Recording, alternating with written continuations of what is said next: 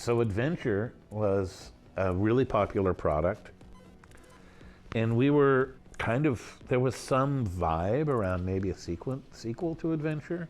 And somewhere in there, I got the idea of doing a series of games that were contests with comic books, with real prizes made by Franklin Mint.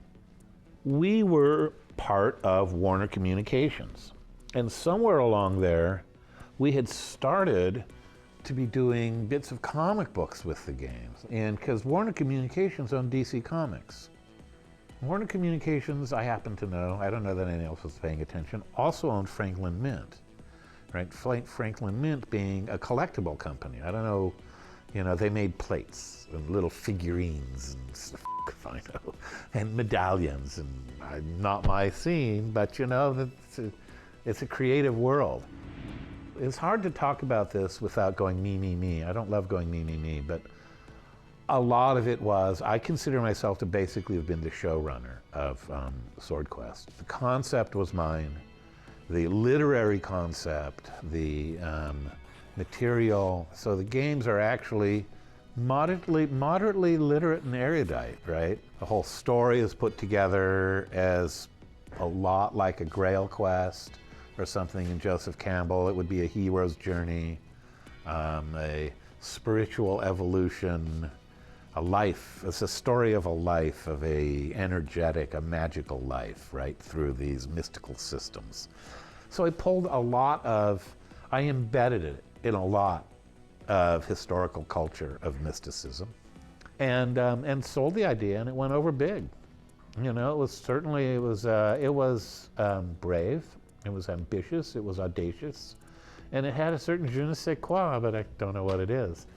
I'll back up a little bit. There was kind of a bizarre effort to do a combination of Twitch and adventure game, to merge and to create an action adventure. I think Howard tried this in Raiders, right, where he tried to make an adventure game that was built into an action game and merge the two. So I consider Howard and I to be some of the pioneers of action adventure. Got to say this in a certain way. So you'd play this action game and maybe get a clue, a prize that you'd add to your inventory. And if you had that in your inventory, then you could unlock, then you'd be on this map. You wouldn't necessarily see the map, but you'd be inside a maze, and a door would open in the maze, and there'd be another action game there. And so it was kind of like a first-person adventure with action elements. That was basically, and I got looking back at it when I say it that way and knowing those are the times, it was very audacious. And it was actually very creative. It was really, it was really cool.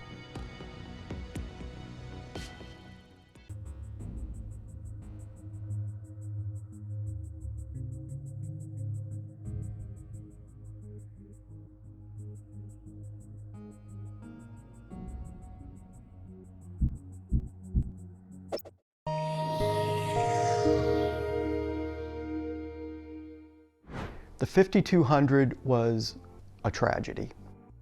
The 5200 was a good idea gone horribly wrong. The big problem that we had at Atari, the thing that killed the industry more than any other one thing, even more possibly than the E.T. video game, is that it was the first product life cycle. No one had ever been through a major success video game console life cycle. So where does it end? Nowadays, when somebody comes out with a new system, they already are designing the next system because they know the life of a system. They know a console is good for a certain number of years, and then it's going to die, it's going to fall off, and that's when we need to be ready and prepared to come in with the new system. Holy crap, our first machine is finally falling off the cliff. We need something. We have something. We can take the 400, 800 computer, repackages the 5200, spit it out, and we can do it. So the 5200 was basically what the 400, 800 was going to be 3 years before. It's a tough business. Business is cruel. And like I say, I'll say it again, it was the first time anything was being done. No one knew. And what happened was the Atari 5200, It grew very large because marketing wanted perceived value, so bigger was better in some respects. And then marketing got really focused on the Intellivision, and Intellivisions had a bunch of buttons. They had a keypad, and they had this disc with 12 distinct regions. And so, hey, if we put an analog stick here, and one that doesn't self-center was the great idea, this will be a better marketing message than the Intellivision controller. And of course, it was a horrible experience. The company lost focus on what was important, and it was gameplay's important. You know, good games sell, bad games don't. If you've got a bad control mechanism, doesn't matter how good the graphics are. It's not going to be fun to play. Now what do you do?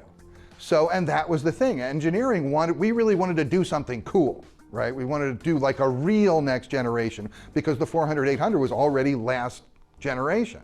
The engineering team and the creative team, the game designers, we were so upset, and we all felt that we were making a wrong decision with this controller, that we put together a petition to upper management, and we just explained that, you know, this is a great product, the control is lacking, we've got some other alternatives we want you to see, and my name's number 3 on the list of the petitioners. See, I wasn't someone who signed petitions so much as talked to people behind the scenes, because I always felt that was more like the way you operate in a corporation. And but I definitely put the word out whenever I could that, like, you know, this is something we either should have done a few years ago or, you know, can't really do now. We told marketing, hey, we could make this 2600 compatible.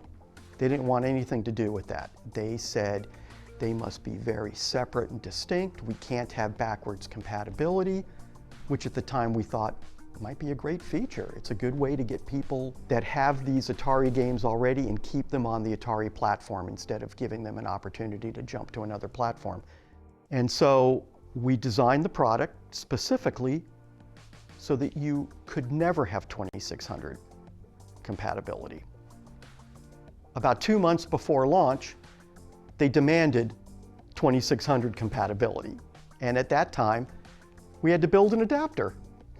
And then we actually had to modify consoles that were already made, the first ones, to work with this adapter. And we called this thing the piggyback parasite. We were just horribly embarrassed by that situation. That never should have happened.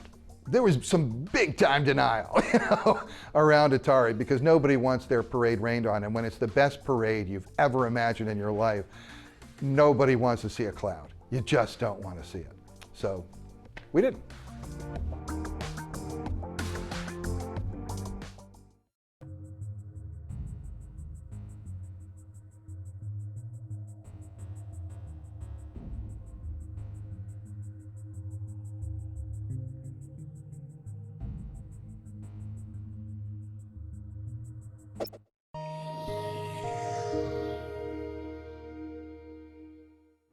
When you have a tragedy, and I do believe that the fall of the video game industry in the early 80s was a tragedy. It was a tragedy to many, many people. It changed a lot of lives. I think it's pretty obvious when it comes to the video game crash that Atari didn't have control over the quality. I mean, it needed some sort of way to keep just anybody from writing cartridges for it. And so many people saw this video game gold rush, and they just, started dumping crap. I remember going into KB toy stores and just seeing, really bad box art and just really just terrible looking games. And that's when I started losing interest, and the market became flooded just with garbage. And it ultimately led to, of course, things like E.T. being, actually buried in the desert like garbage. And what happened was that E.T. became the face of the crash of the video game industry. And I, of course, was the butt behind the face. That's kind of the way it went. Greed and hubris, that's what undid Atari. If they just had worked more from a place of focusing on making great games and delivering great games to the customer instead of how can we maximize revenue, I feel like they'd still be a huge powerhouse today. Frankly, Warner did not understand technology. They didn't understand the consumer marketplace the video game, and so Ray Kassar, you know, I think was afraid of releasing new product because it might not be as successful as VCS. So that's a sure way to fail. And I regret that we didn't have a new console by '84 that would have made it so that Atari continued to be a really viable business. we never, ever got down to ever having any process by which we could come up with a better system. Even today, I think people do believe that, like, if they just released like the 5200 earlier, or if they released the 7800, or they had done different things, they would could never have, like, they would have survived the crash a lot better, and they would be like a powerhouse today, you know. Like, as a kid, I didn't know much about business, but I just felt like something was wrong. No one knew anything.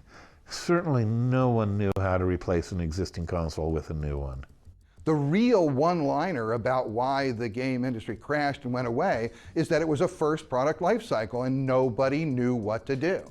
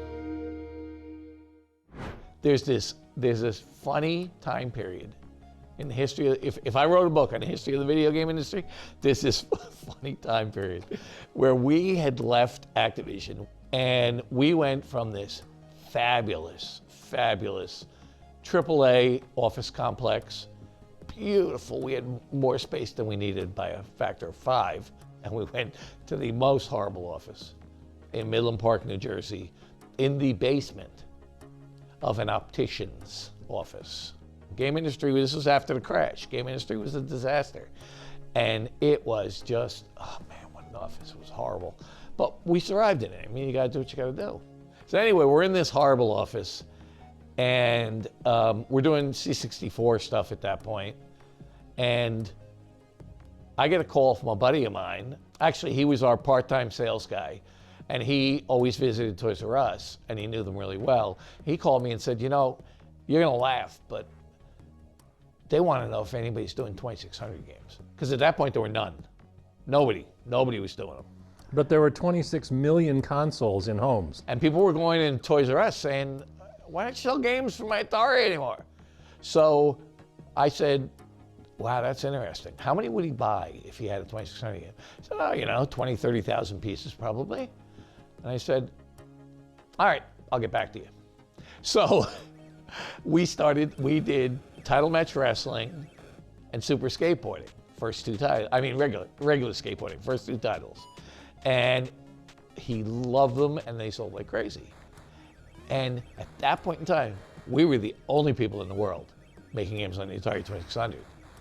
My phone rings, and it's the Tramiels. So he did some 2600 games. You know, do a couple for us, because word got around. There's actually a need. And then Activision calls and says, do some 2600 games for us? And I said, well, why don't you guys just do them? He goes, well, you know, if I could be completely honest with you, we don't have anything. We don't have the specs, we don't have manuals, We don't have the equipment. He said, we couldn't make a 2600 game if we wanted to. So could you make something for us? I tell people that, they're like, who the hell wanted 2600 games? You know what? No one told consumers that there had been a crash. No one went to their house and said, you don't like video games anymore. Because that's what Toys R Us and Walmart said. People don't like video games anymore. But the people at home were sitting going, God damn, I'm tired of combat. Isn't there something else I can play on this machine? So it was good. We had a great run there. We had a lot of money off those games.